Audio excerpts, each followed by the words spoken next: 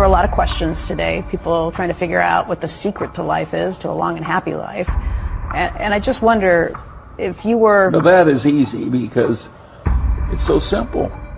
What is it? You don't have a lot of envy, you don't have a lot of resentment, you don't overspend your income, you stay cheerful in spite of your troubles, you deal with reliable people, and you do what you're supposed to do. And all these simple rules work so well to make your life better, and they're so trite. It's been said that a smart guy learns from his mistakes, but a wise guy learns from the mistakes of others. Now guys, this video can be controversial, and it is possibly going to piss some people off because it is for a very specific type of person.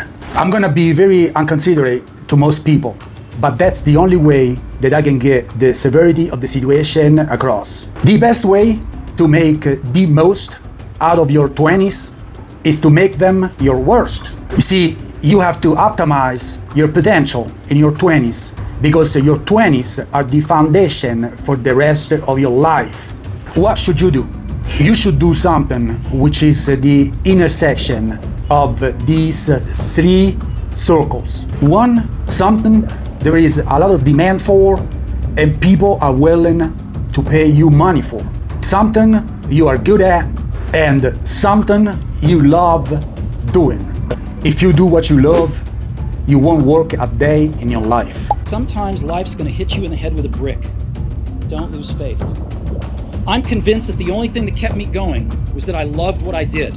You've got to find what you love. And that is as true for work as it is for your lovers. Your work is gonna fill a large part of your life. And the only way to be truly satisfied is to do what you believe is great work. And the only way to do great work is to love what you do. If you haven't found it yet, keep looking and don't settle. As with all matters of the heart, you'll know when you find it. And like any great relationship, it just gets better and better as the years roll on. So keep looking, don't settle. Personally, I am a mechanical engineer. That's what I am good at. I love to build. I invest into real estate where there is a lot of demand for. If you feel like you hit a plateau at work on your business, do something else. You are under no obligation to be the same person you were 5 minutes ago. Doing the same thing and expect different results is the definition of insanity. Try different things to see what works and what doesn't. Embrace geographical and career mobility. You have fewer anchors right now than you likely ever will. Be willing to move for a better opportunity. Explore geographical arbitrage, which is living in a lower cost of living area while earning a strong currency or building a location independent skill set. The same bottle of water is priced very different depending on the venue. This bottle of water in the shops is £1. In a gym is £2. In an airport it's actually £7. You see, it's the same bottle, just different location, different value. So the next time you're feeling down or worthless, maybe you just need to change location. Be willing to move to another city or country. Personally, I moved from Europe to the United States and consequently to Latin America. Start investing as you get your first paycheck. DCA into the S&P 500 or similar ETFs tracking the broad market. Pay yourself first. Don't save what is left over after spending. Spend what is left over after investing. Automate it, even if it is just 10% of your paycheck to start. Get it out of your checking account before you can touch it. In your 20s, time is your greatest financial asset. Thanks to compound interest, compound interest, compound interest, compound interest. $1 invested now is worth vastly more than $1 invested in your 30s or 40s. Well, every dollar you invest at 25 is really worth $50 because of compound growth. So you invest $1 at 25, it's worth 50 at 65. So it's about a 50x. Right. When you're 35 and you start, every dollar is 18. So it's 18x from 35 to 65. At 45, now it turns into $6 for every dollar you invest. So you can see the numbers start to dwindle as you get older because you have less time on your side. And from 55 to 65, every dollar you invest is worth about $2. Understand the rule of 72. Stay away from speculative assets, crypto, NFTs, pink sheet, penny stocks, complex derivative products like options, leverage ETF, and notes. Invert. Always invert. Don't ask yourself what to invest in to make it big. Ask yourself, what is it going to make me broke? And stay away from it. Charlie Munger put it, all I want to know is where I'm going to die, so I never go there. I want to know is where I'm going to die, so I'll never go there. This is a quote from Charlie Munger. You need to invert every problem and think about it in both forward and backward manner. Avoiding stupidity is more important than trying to be brilliant. For example, when you are looking at a company to invest, if you focus on what could go wrong with the company versus what could go right, you will have a better understanding if it's a good investment. Focusing on just the good things, you will miss out on the dangers the company may face from competition and other factors in future. And stay the course. Stock market is a device to transfer money from the active, the inactive, from the impatient to the patient. Quick money is the enemy of long-term wealth. Do you want to get rich quick, or do you want to get rich for sure? Do you want to be right, or you want to be rich? Children who learn deferred gratification instead of instant gratification, they'll be more successful as adults. So your child asking for an extra dessert is an opportunity for you to help them learn the deferred reward. Begin to change the sequence of what they're experiencing. It doesn't matter how they answer. What matters is did you make them think? How can you have dessert without eating what's good for you? The more times you make them think things through properly, eventually they'll start coming up with the right answer. Turns out that delayed gratification is one of the most important signals for future success. Your future grows or shrinks based on what you can walk away from today. So, what are you willing to walk away?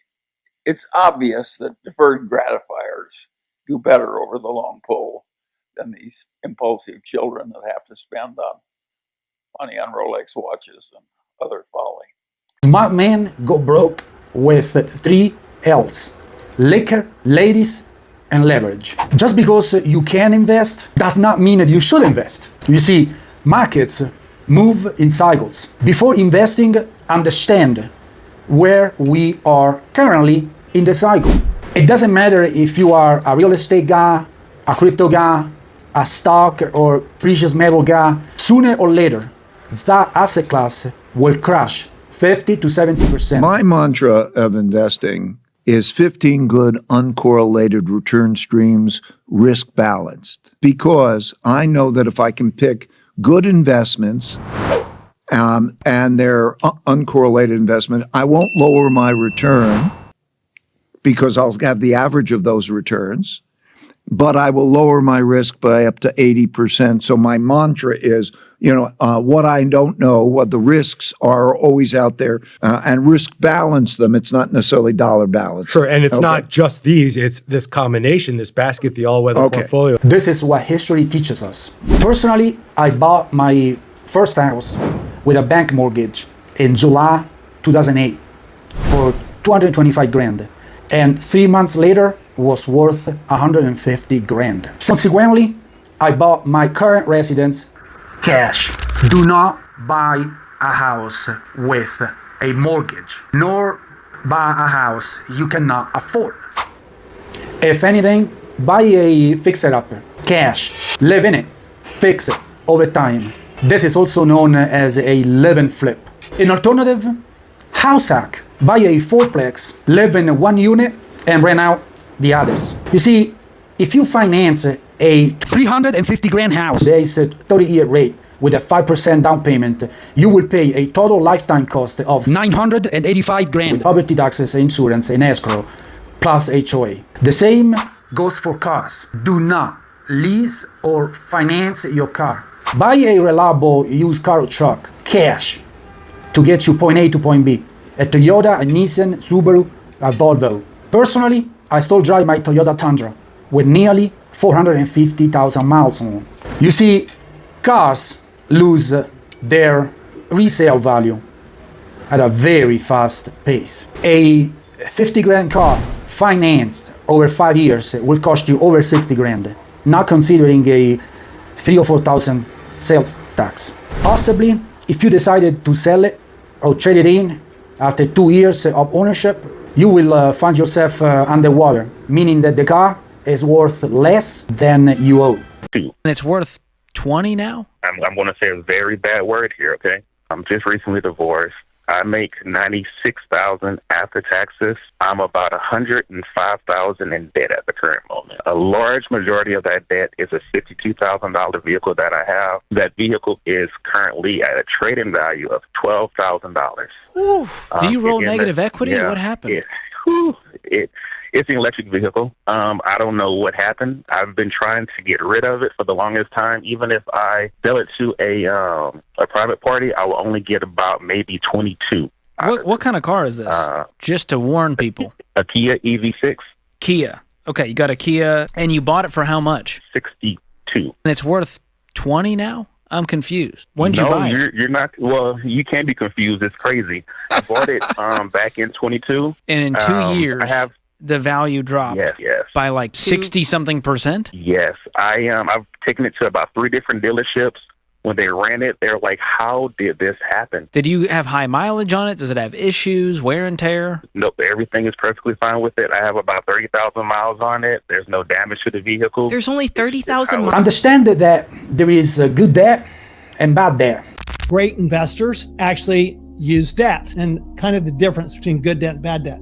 Okay, so let's say that this is your financial statement. Okay, this is your income statement, income and expense, and this is your balance sheet, assets and liabilities. Okay, now, here's what happens. And this is really the difference between the middle class and the rich.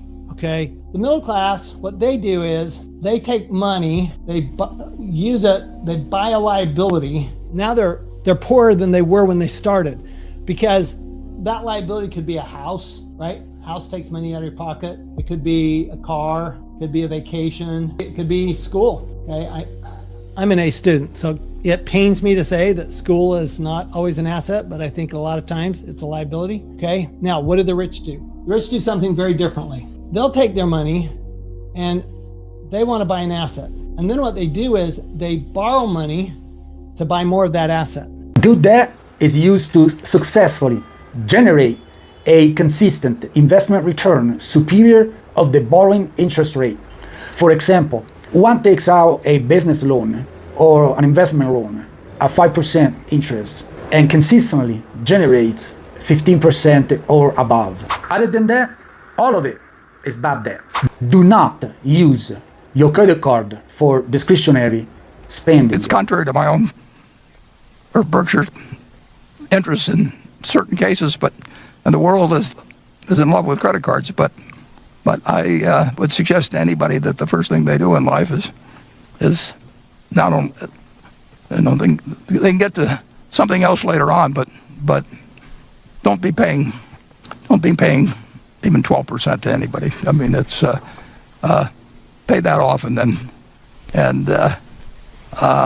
if they're really a good credit and they don't want to do it, come and see me personally. I'll lend you the money at that rate. You might get an introductory 0% interest to establish credit, but pay it off. I just got my first credit card. How do I use it properly? Oh, let me show you. When you go on your weekly shop or fill up with fuel, put it all on your credit card. But why can't I just use my debit card? Because this will boost your credit score, which will make it cheaper for you to buy a house or car in the future. But I heard credit cards ruined credit scores. Not if you keep the balance low. The trick is to use less than 30% of your available credit. But won't that just put me in debt? Well, temporarily, but if you pay it off in full at the end of every month, you'll never pay any interest. Personally, I had about 50 credit cards, and now 0. I cut them all off.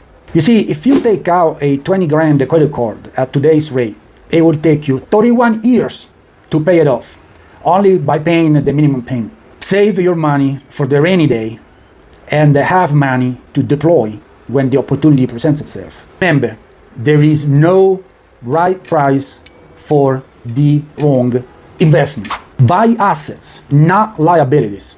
An asset puts money in your pocket. whether you work or not. A liability takes money out of your pocket. Buy investments or businesses that consistently generate monthly income and that you will be able to sell 10, 15, 20 years in the future at a profit. Remember that the best investment you can make is in yourself. Expand your skill set. Be a lifelong learner. Travel abroad and make it productive. Learn a couple of foreign languages. Learn how to sell, how to write clearly, how to speak in public, and how to manage a project. These are stackable skills that will make you valuable in any industry or entrepreneurial venture. Reverse engineer your dreams. Break the skill into smaller sub-skills. Practice and share the journey. Align yourself with good people. You are the average of the 5 people you hang out the most. Don't waste time and money with the wrong people and on toxic relationships. Study deeply the family law of your region before getting married. Understand that you are signing a contract not only with your spouse, but primarily with the government, with all the implications that carries. A prenuptial agreement is an incredibly important piece of paper for any couple. It doesn't have to be billionaires like Taylor Swift or 100 millionaires like Travis. It can be for anybody, even people who are on the come up. And what I tell people always is that every single marriage has a prenup.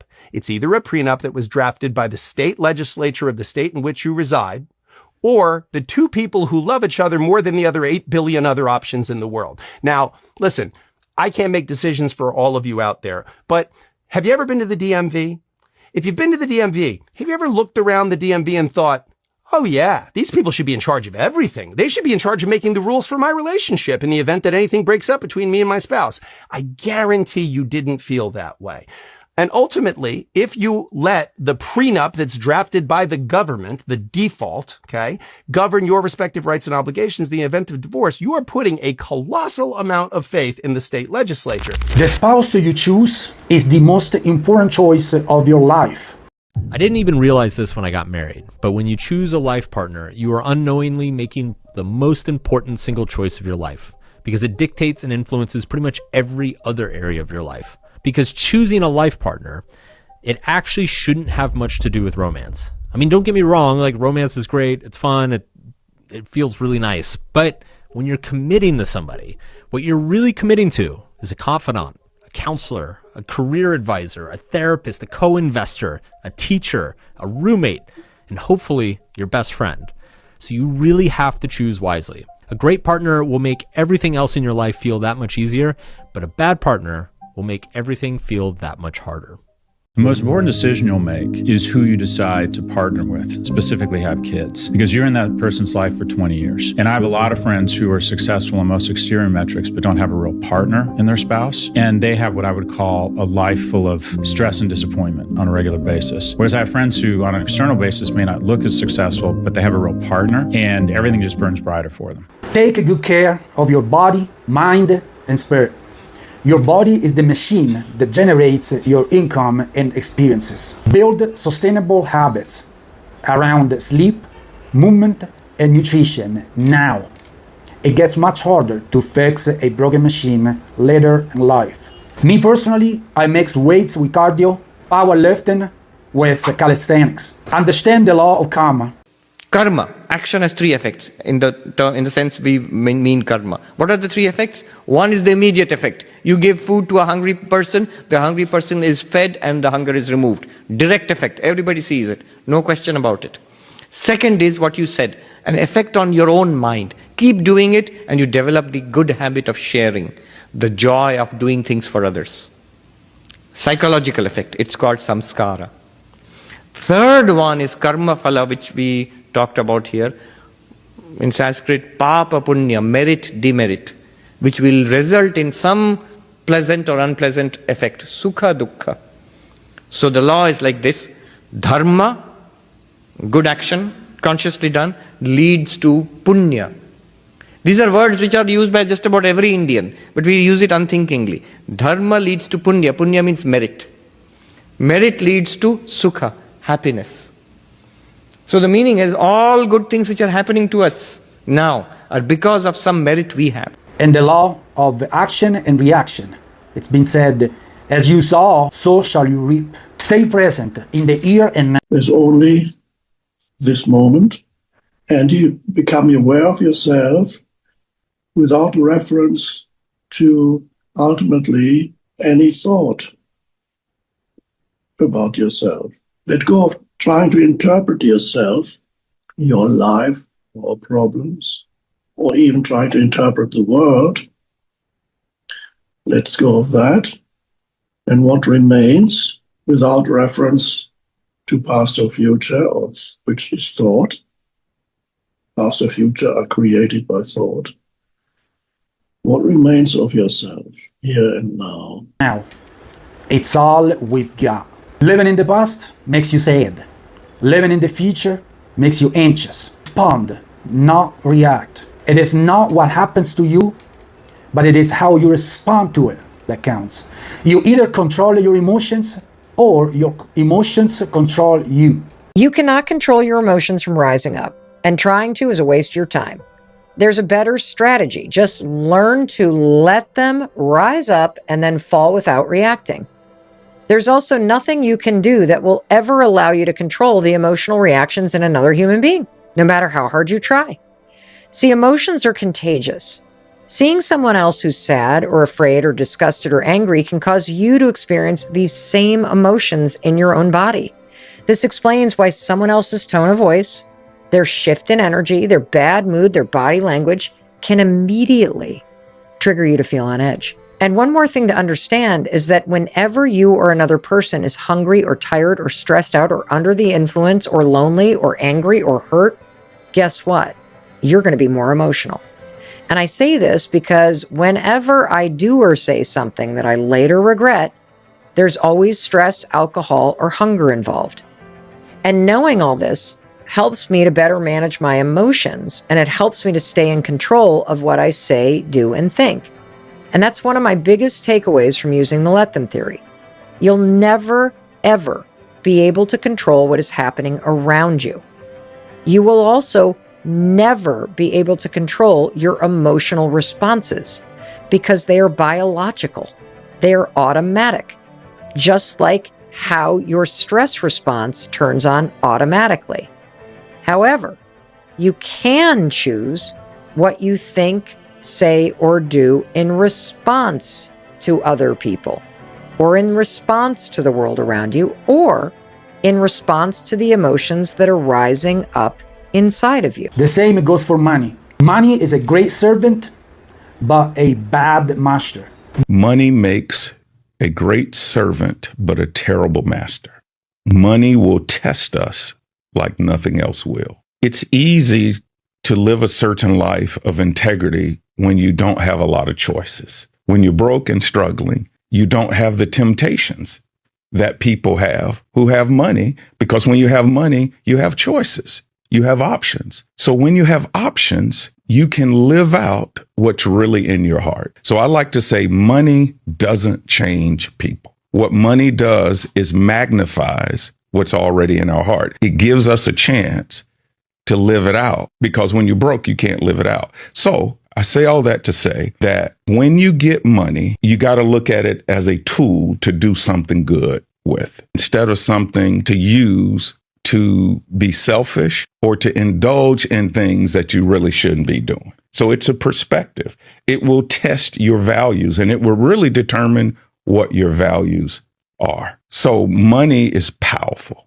When I was in the NFL, a lot of the guys, their rookie year, they had been dating their college sweetheart. Then they get drafted, they get a big bonus check, and they have all this money, and all of a sudden they're messing around with whatever, anything that has a dress on. So the question is, did money change them? Well, I tell you what money did. It gave them opportunities, okay?